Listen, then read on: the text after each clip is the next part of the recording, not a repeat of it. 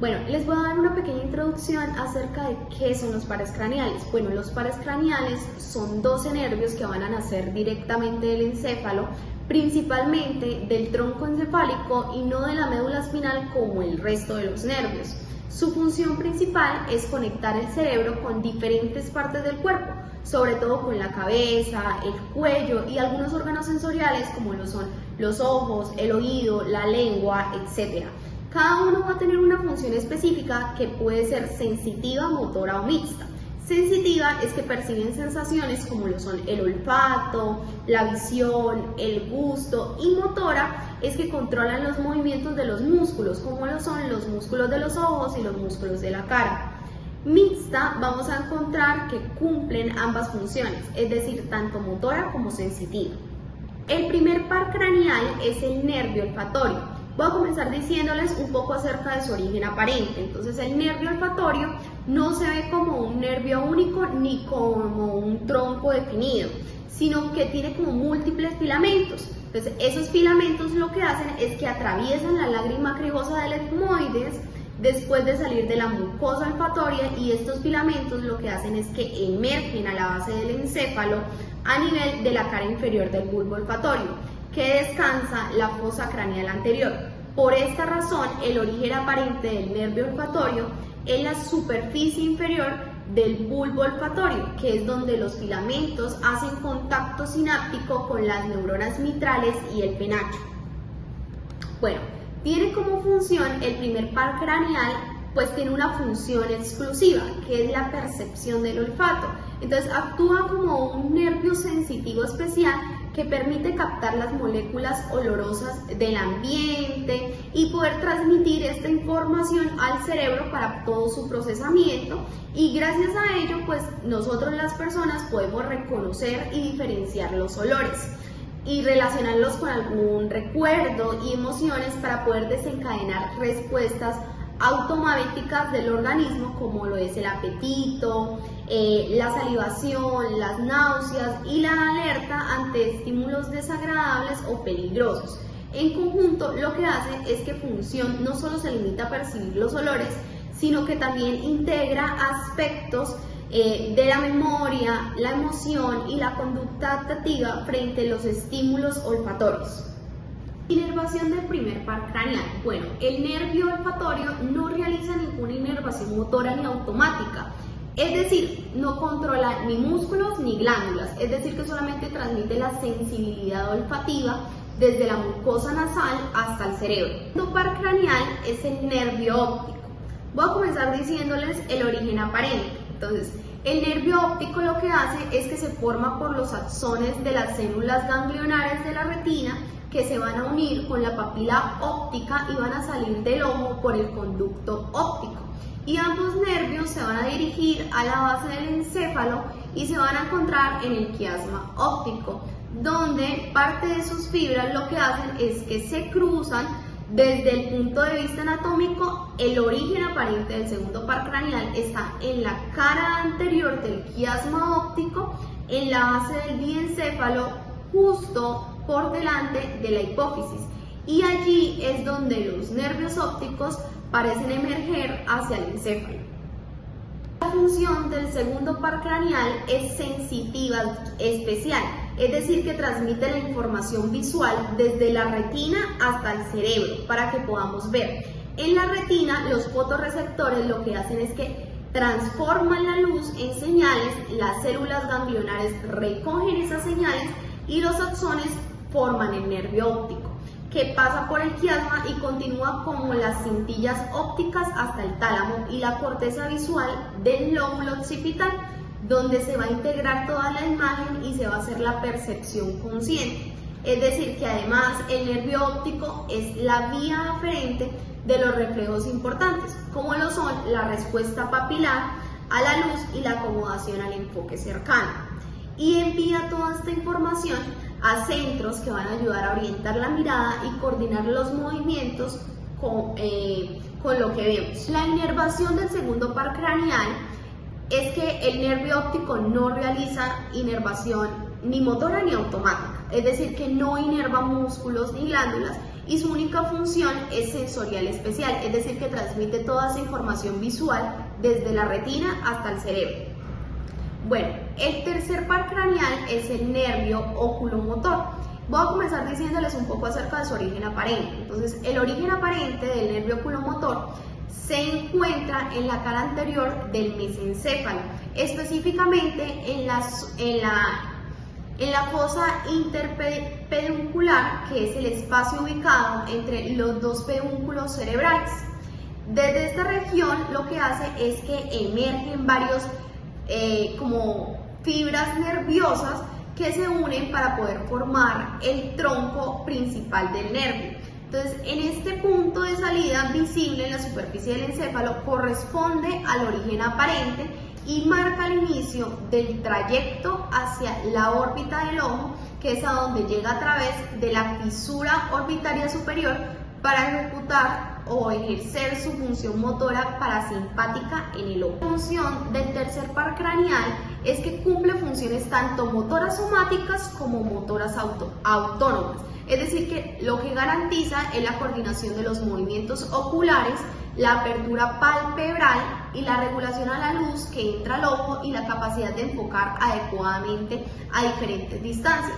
Entonces tiene la función motora somática, es que permite el movimiento del globo ocular en la mayoría de las direcciones y posibilita la apertura del párpado superior, lo que asegura una adecuada movilidad ocular y el mantenimiento del campo visual. En la función motora autónoma o parasimpática, es decir, que regula el tamaño de la pupila mediante la contracción en respuesta a la luz, es decir, la miosis, y controla la acomodación del cristalino, permitiendo enfocar objetos cercanos con claridad. La inervación del tercer par craneal es que inerva tanto músculos externos del ojo como estructuras que hay internas, que se dividen en la inervación motora somática e inervación motora autónoma.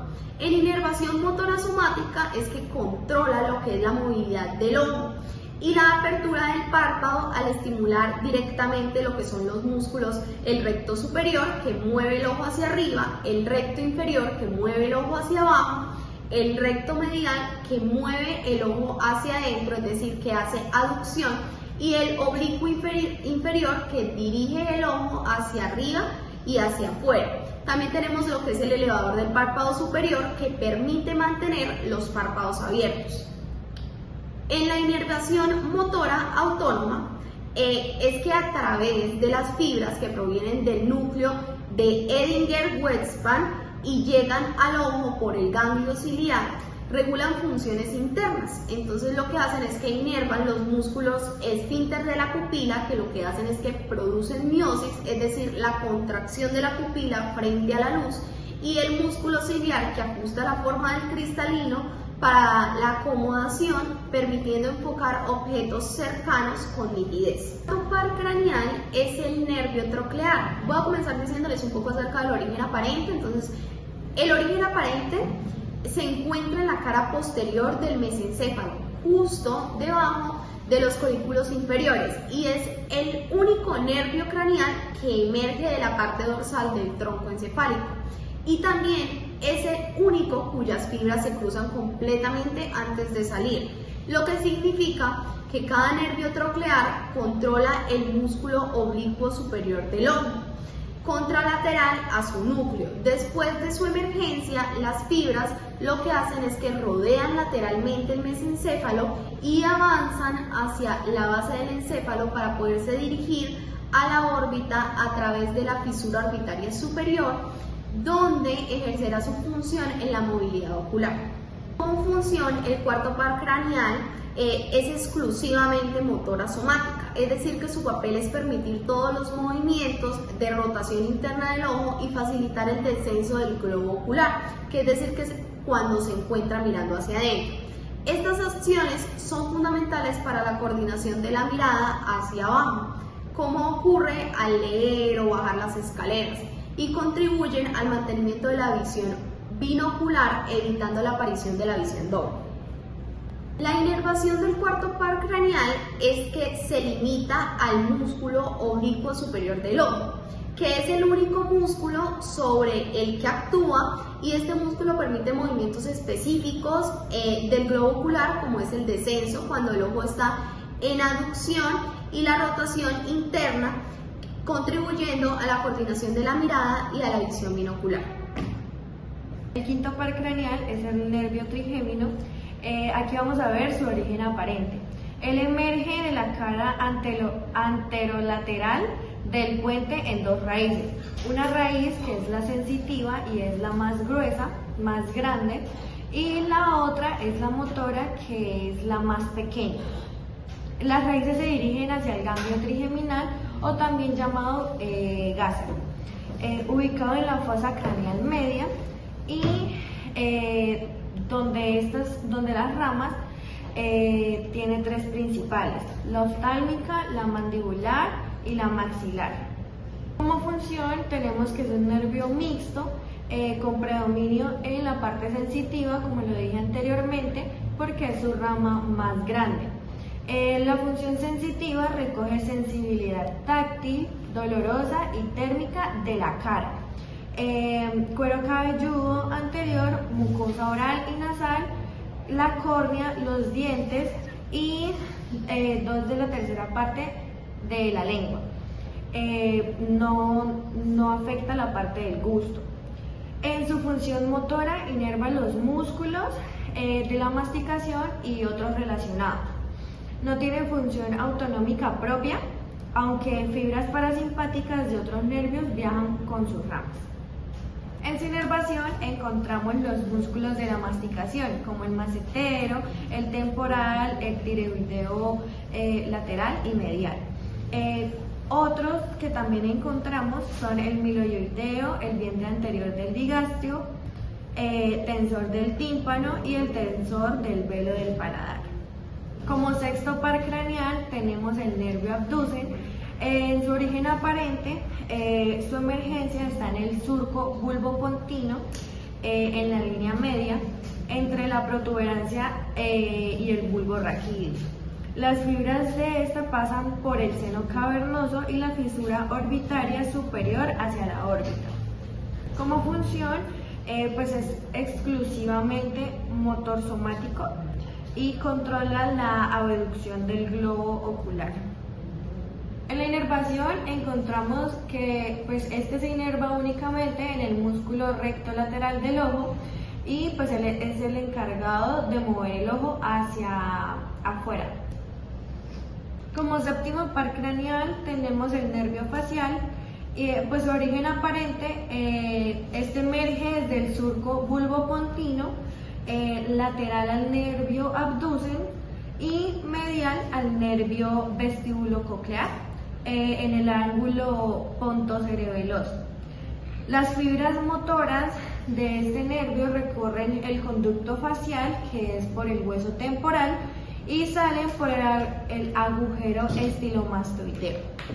Este nervio tiene una función mixta, que pues es motora autónoma, sensitiva especial y sensitiva general. La función motora pues controla la expresión facial. La función motora autónoma estimula las glándulas lagrimales, submandibulares, sublinguales, nasales y palatinas. En la función sensitiva especial encontramos el gusto en la segunda tercera parte anterior de la lengua. Y en la función sensitiva general encontramos la sensibilidad en el pabellón auricular. Este nervio inerva los músculos de la expresión facial, el estapedio, estiloideo y el vientre posterior del digástrico, las glándulas lagrimales, como las nombré anteriormente, las sublinguales y las nasales y palatinas. Como octavo par craneal tenemos el nervio vestibulococlear. Su origen aparente pues emerge también del surco bulbopontino, lateral al nervio facial, en el ángulo pontocerebeloso, y pues este atraviesa el conducto auditivo interno hacia el oído interno, el laberinto. Como función tenemos que este nervio es exclusivamente sensitivo especial. Su rama vestibular mantiene el equilibrio y la orientación espacial y su rama coclear transmite la audición. Este nervio no inerva ni músculos ni glándulas. Este conecta con la cóclea y el aparato vestibular con el tronco encefálico. Estos últimos 4 nervios son muy importantes porque ellos nos ayudan en funciones vitales como lo son la deglución, la fonación, los movimientos del cuello y de la lengua. Por lo tanto, su evaluación es muy importante porque nos ayudan a detectar alteraciones neurológicas. En el noveno par craneal encontramos el nervio glosofaríngeo, que él tiene un origen aparente y un trayecto. En su origen aparente encontramos que él emerge desde el bulbo raquídeo y también a nivel del surco retrobolivar, inmediatamente por encima del nervio vago. También en su trayecto encontramos que sale del cráneo a través del agujero yugular acompañado del nervio vago y el nervio accesorio. En este trayecto se presentan 2 ganglios muy importantes, como lo es el ganglio superior y el ganglio inferior, donde se localizan sus cuerpos neuronales sensitivos. En este par craneal es muy importante su naturaleza y sus funciones, por eso encontramos que es un nervio mixto, con componentes motores, sensitivos, gustativos y parasimpáticos. En su función motora, ¿qué podemos encontrar? Que él es el encargado de inervar el músculo estilofaríngeo y él eleva la faringe durante la deglución. También encontramos una función sensitiva, que es la encargada de llevar la sensibilidad del tercio posterior de la lengua, del paladar blando y de la faringe, y también, muy importante, del oído medio, a través del nervio timpánico o de Jacobson. Una función gustativa es la que nos transmite el gusto del tercio posterior de la lengua, y en su función parasimpática es el encargado de estimular la secreción de las glándulas parótidas. Él, mediante las fibras, hacen que ellas hagan sinapsis en el ganglio óptico. En su inervación principal, ¿qué podemos encontrar? También la lengua, el tercio posterior, la faringe, las amígdalas, el oído medio y la glándula parótida. En importancia clínica, encontramos que una lesión en este par nos puede provocar la pérdida del reflejo nauseoso. La disfagia, que es la forma en que tragamos, las alteraciones del gusto en el tercio posterior de la lengua y la sequedad bucal por falta de la secreción de la glándula parótida. Décimo par craneal, que corresponde al nervio vago, que es también conocido como el nervio neumogástrico. Este es su origen aparente, lo podemos encontrar en el bulbo raquídeo, en el surco retrobolivar, justo por donde está el glosofaríngeo. Sale desde el cráneo por el agujero yugular y está acompañado del nervio accesorio y de la vena yugular interna. A lo largo de este trayecto, ¿qué podemos encontrar? Que él desciende por el cuello, el tórax y el abdomen, dándonos múltiples ramas que poseen 2 ganglios, el ganglio superior yugular y el ganglio inferior nodoso. Su naturaleza es que este es un nervio mixto con funciones motoras, sensitivas y parasimpáticas. En su función motora, ¿qué podemos encontrar? Que él inerva el paladar blando y la faringe, excepto el estilofaringeo. También la laringe, participando en la fonación y la deglución. En su función sensitiva encontramos que aporta la sensibilidad del conducto auditivo externo, también de la laringe, el esófago y las vísceras torácicas y abdominales. En una de sus funciones parasimpáticas es el encargado de regular la frecuencia cardíaca, el tono bronquial, la motilidad y la secreción del tubo digestivo, desde el esófago hasta el colon transverso. En su inervación principal, ¿cuáles tenemos? La faringe, la laringe, la tráquea, los pulmones, el corazón y el estómago, el intestino también. Su importancia clínica que podemos aportar, que es una lesión de este nervio puede causarnos la disfonia, que es la voz ronca, la disfagia, que es la pérdida, la disfagia y la pérdida del reflejo nauseoso.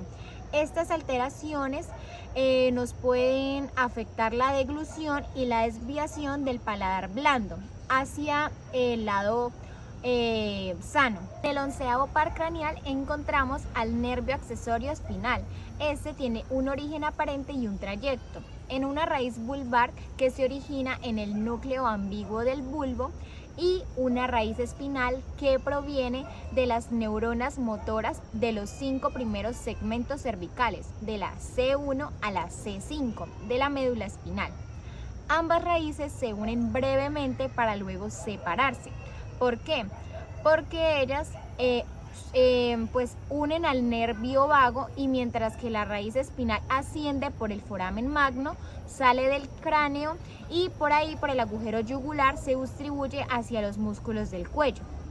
Naturaleza y funciones encontramos que es un nervio motor puro. Su función principal es controlar el músculo esternocleidomastoideo y el trapecio, que ellos son los responsables del movimiento de la rotación y flexión lateral de la cabeza y también de la elevación de los hombros. En su inervación principal, ¿qué podemos encontrar? El esternocleidomastoideo, que gracias a él permite girar la cabeza hacia el lado opuesto, y el trapecio, que nos permite elevar y retraer los hombros.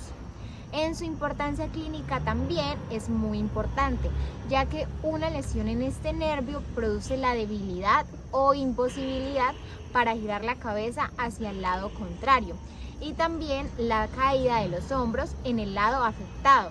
También podemos observar la atrofia muscular, que está en los músculos inervados. En el 12º par craneal encontramos el nervio hipogloso, que él tiene un origen aparente y un trayecto. En su origen aparente es que él emerge desde el bulbo raquídeo a nivel del surco preolivar, y esto está entre la pirámide y la oliva. En su trayecto encontramos que él abandona el cráneo a través del conducto llamado conducto del hipogloso, situado en el hueso occipital, y desciende hacia el cuello, pasando por debajo del músculo digástrico hasta llegar a la lengua. En este par también encontramos que tiene su naturaleza y sus funciones. En su naturaleza, ¿qué encontramos? Que es un nervio motor puro, encargado de ¿qué? De controlar todos los músculos intrínsecos y extrínsecos de la lengua, excepto el palatogloso, que es inervado por el nervio vago. Su acción, que nos permite, pues nos permite unos movimientos finos de la lengua, que son necesarios para la articulación del habla, la masticación y la deglución. En su inervación principal encontramos los músculos intrínsecos de la lengua, que modifican su forma. Los músculos extrínsecos, que son el genigloso, el hiogloso, el estilogloso, y ellos nos permiten a que los movimientos de proyección y retracción, retracción y elevación de la lengua.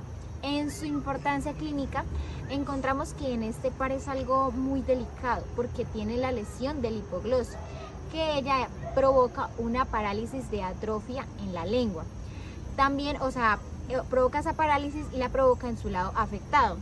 Al sacar la lengua, ella se desvía hacia el lado lesionado y puede observarse las fasciculaciones y la debilidad muscular. También nos afecta la pronunciación y la deglución. Así concluimos los 12 pares craneales, en donde mencionamos su función, su ubicación y cómo se podría ver desde la importancia clínica. Ahora vamos a evaluarlos para saber cómo podríamos identificar desde enfermería si existe o no una lesión. A continuación haremos la evaluación de los 12 pares craneales.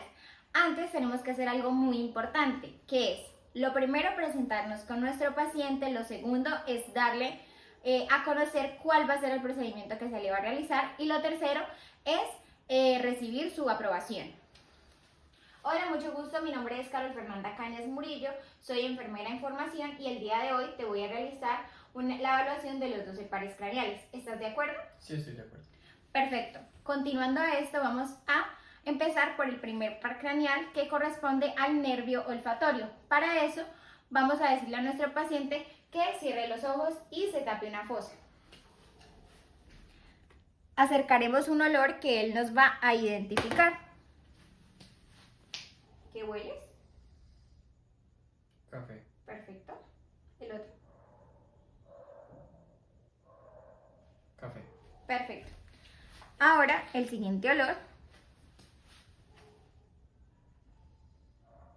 Canela. Canela. Después de que nuestro paciente acierte con los olores es porque tiene el par craneal excelente. Ahora evaluaremos el segundo par craneal que corresponde al nervio óptico. Para eso le mostraremos una frase en la cual hay letras grandes, medianas y pequeñas y él nos la va a leer. Y ahí calificaremos cómo está su agudeza visual. Estamos en el mes de octubre. En el mes de estamos octubre. Su agudeza visual está óptima. Para este tercer par craneal, que es el nervio oculomotor, le pedimos a nuestro paciente que siga con la mirada sin mover la cabeza este objeto.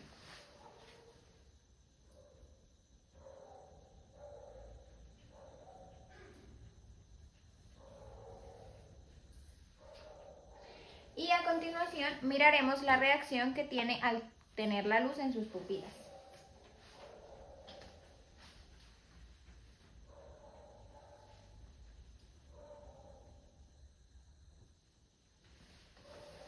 Este par craneal está óptimo. Nuestro paciente sigue con la mirada el objeto y tiene una buena reacción con las pupilas hacia la luz. Para este cuarto par craneal, que es el nervio oculomotor, le pedimos a nuestro paciente que siga el objeto con la mirada y miramos los movimientos que tiene hacia adentro y hacia afuera.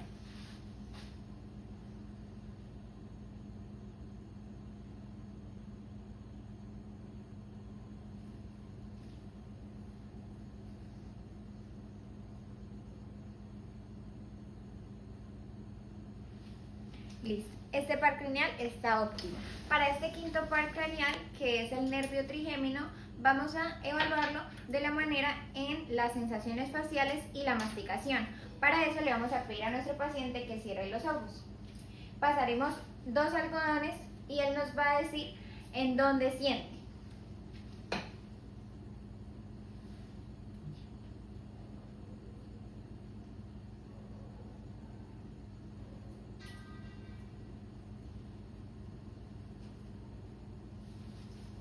¿Qué sientes? Siento que me apoya la nariz. ¿En dónde? En esta zona. Ok. ¿Qué sientes? Que me apoyan en esta zona. ¿Qué sientes? Sentí el algodón por esta parte. Perfecto. Ese par craneal está óptimo. Para este sexto par craneal, que es el nervio abducens, vamos a evaluar que nuestro paciente gire los ojos de manera coordinada. Entonces le vamos a pedir que mire el objeto y ahí miraremos cómo lo hace.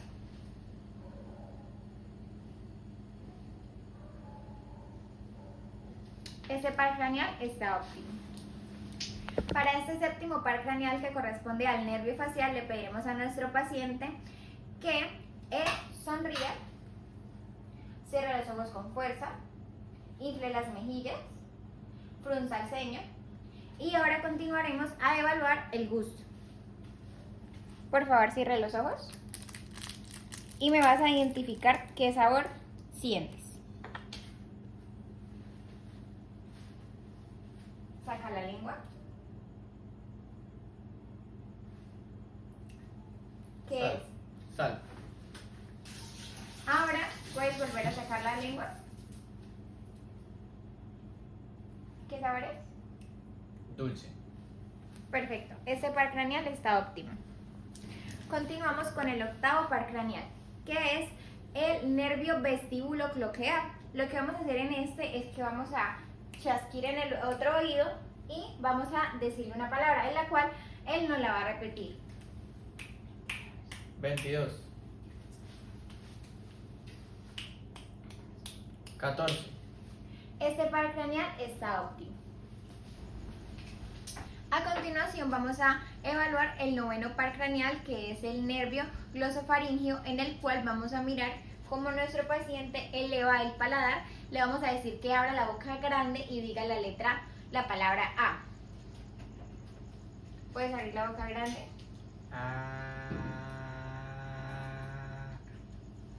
Perfecto. Ahora puedes pasar saliva. Como vimos en los hombres, podemos identificar la manzana de Adán y a él se le fue hacia atrás. Este par craneal está óptimo. Ahora evaluaremos el par craneal número 10, que corresponde al nervio vago. En este vamos a evaluar la fonación, el tono de la voz, que nuestro paciente no tenga la voz ronca. Por favor, ¿nos puedes repetir esta frase? Estamos en el mes de octubre. Bueno, no le escuchamos a nuestro paciente la voz ronca, entonces está normal. Ahora vamos a evaluar el 11º par craneal, que corresponde al nervio accesorio espinal, en el cual le vamos a evaluar los movimientos del cuello y los hombros a nuestro paciente. Para eso le pedimos que gire la cabeza para el lado izquierdo y para el lado derecho. Arriba y abajo. Y ahora vas a subir los hombros, pero yo te voy a hacer fuerza, que mi fuerza no te gane. Este par craneal está en un estado óptimo. Y por último, vamos a evaluar el 12º par craneal, que corresponde al nervio hipogloso. ¿De qué manera lo hacemos? Le pedimos a nuestro paciente que saque la lengua y mueva del lado derecho, lado izquierdo, arriba y abajo. Ya que nuestro paciente lo pudo hacer, es porque tiene su par craneal en un estado normal y óptimo.